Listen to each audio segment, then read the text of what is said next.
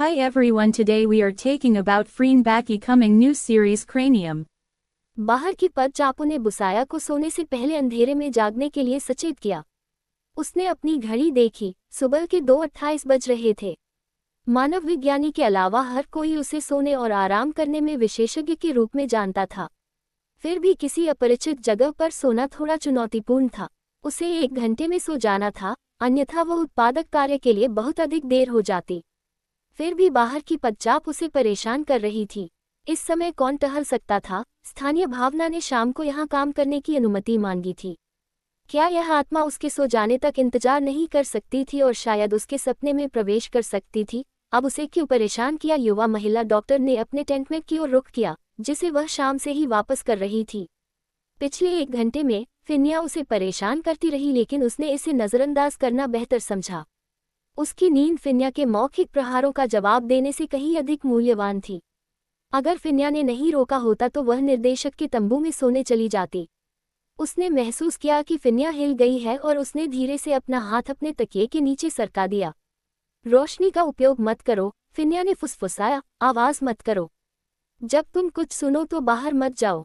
फिनिया के उठने से पहले ही कठोर आवाज़ में वह बुदबुदाने लगी। एक बार अंधेरे में बुआ को क्लिक की आवाज़ सुनाई दी। न जाने क्या हो रहा था और कुछ भी अच्छा नहीं था। बुआ ने फिनिया पर विश्वास करने का फैसला किया।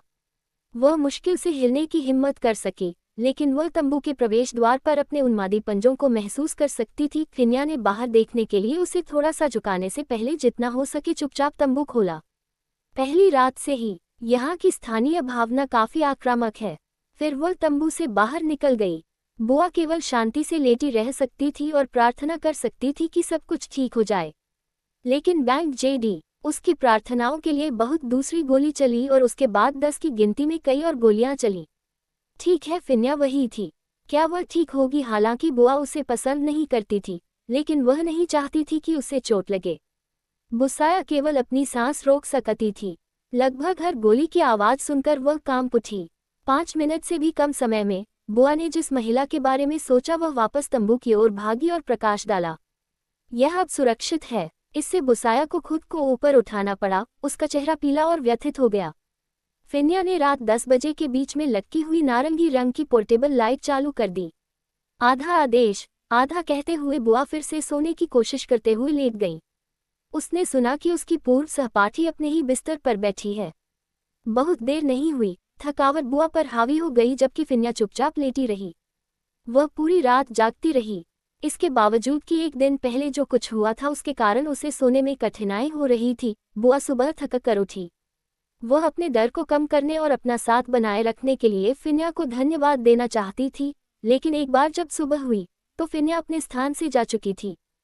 फोरेंसिक मानव विज्ञानी और फोरेंसिक अधिकारियों के कार्यक्षेत्र को समझने और परिभाषित करने के लिए सुबह की ब्रीफिंग के बाद यात्रियों की पहचान करने के अलावा और कुछ नहीं था।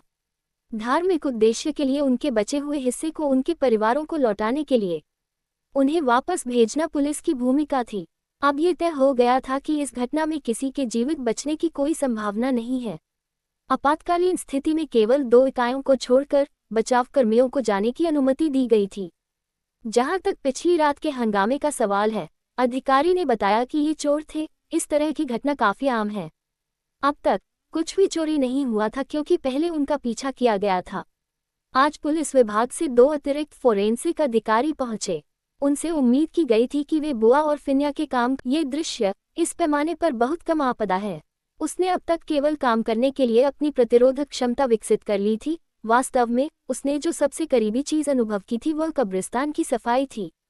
भविष्यवाणियों और जहां मृतकों को दफनाया गया था वहां स्पष्ट सही झंडे लगाने के प्रति उनके आकर्षण के अलावा बुआ ने कब्र खोदने में लोगों की मदद करने से कुदाल, फावड़े और विभिन्न उपकरणों का उपयोग करना सीखा था। एक बार जब उसे एक सुपलेटर मिल गया, चाहे वह हाल ही में मृत हो, दंड फेरा जबकि या कोनमी मृतक, उसने इस तरह के दान कार्य से संरचनाओं को देखने का कौशल प्राप्त किया। यही एक कारण था कि बुआई प्रिंसेस के पास एलिस एनावे का एक सेट था। उसे WIL से ऑन-साइट अवसर मिले। फिनिया ने संस्थान में बमुश्किल कहा। युवा दोस्त ने उसके टोक टैग में दस्ताने के लिए पैच लगाया और पिट कैमरा तस्वीरों के साथ ध्यान केंद्रित किया ताकि उसे उनकी तुलना करने के लिए एम्पाइल किया जा सके। इन बचे हुए कंकालों से पीड़ितों की पहचान करना उसका कर्तव्य था। Thank you to watching. You please subscribe my channel and press the bell icon. Have a nice day. See you soon in next episode.